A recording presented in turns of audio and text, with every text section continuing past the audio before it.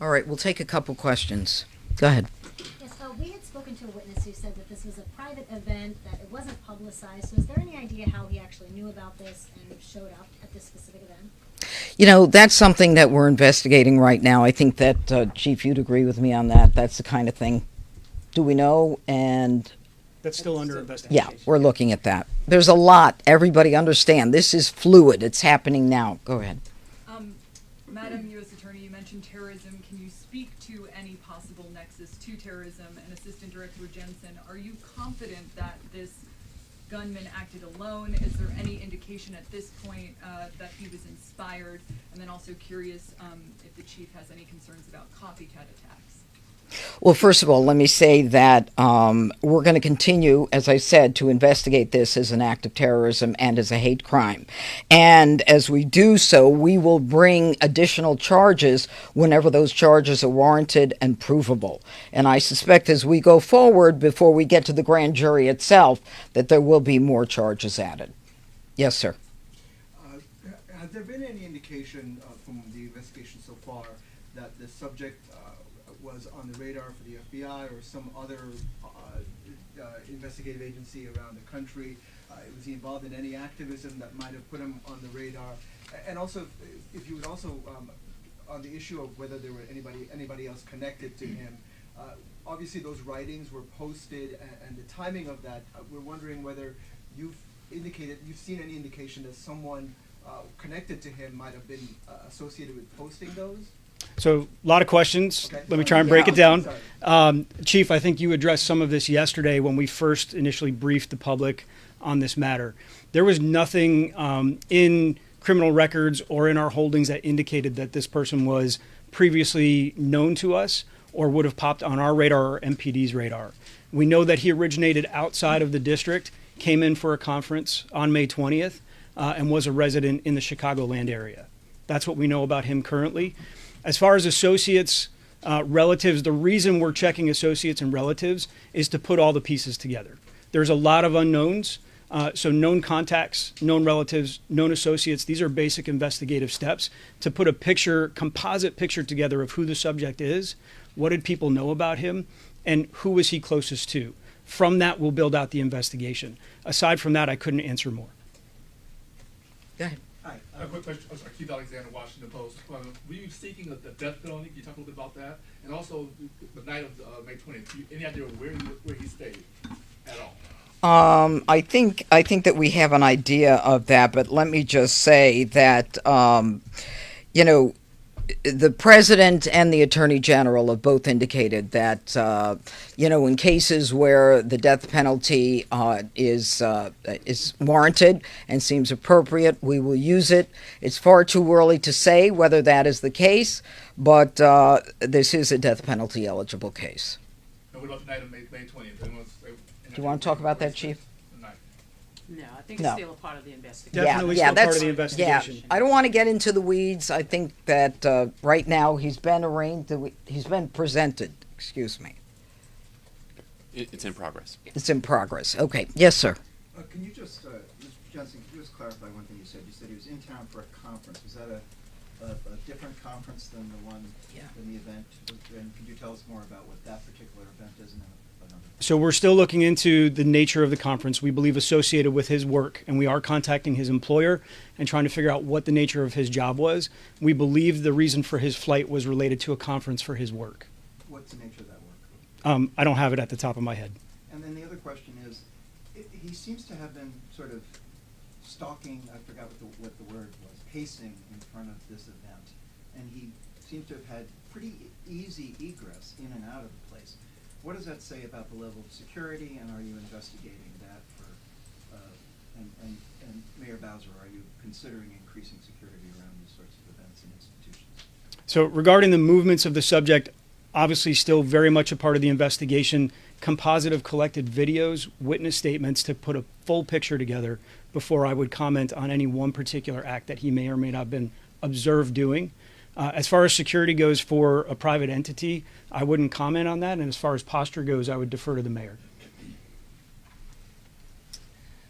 I think that the director is correct. This was not a event that that falls into our special events category, where MPD and other government agencies have a stood-up posture. This was a relatively small event at a museum, so MPD or the government agencies wouldn't stand up additional resources unless they were requested or unless we got a call for service. More than that, I will say that we have had a local program and a federal program that have helped institutions, faith institutions, and others who have been concerned about violence, anti-Semitism, or other hateful speech and rhetoric. And very recently, we have issued grants, and we have issued grants over the last several years to those institutions to harden their security, add cameras, add additional security. And I believe that the museum has done some of those things. I'm going to sneak one last thing in. All right, I just want to follow up with this. We've been advised that the defendant has appeared in court. He's had an attorney appointed. He's been advised by the judge that he could be punished by death or by life. And of course, we sought detention.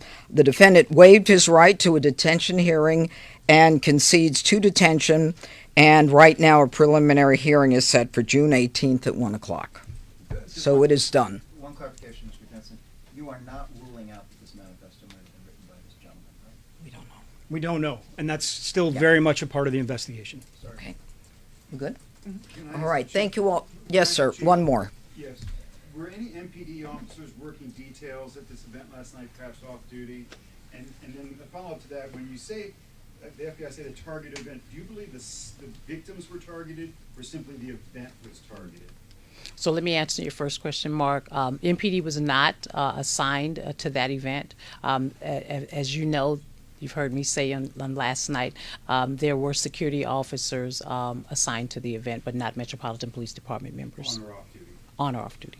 And then the targeting, was that the event that was targeted or these two individuals specifically targeted? We're not saying at this time. Yes. Chief, one question that people are interested in is that it was announced and fairly well known that the Jewish Museum a short time ago opened a major LGBT exhibition, and we were wondering if the investigation is looking into whether the suspects might have known something about that or might have. Sir, we are looking into absolutely everything. There is so much information we're looking at, and I must tell you, coming from New York, I've never seen the cooperation and the collaboration that I'm seeing here. It was immediate, it was instant, it was coordinated, and my hat's off to this area. And we're going to clean it up. Thank you. Is that you? No, but Yeah. Thank you all. Thank you.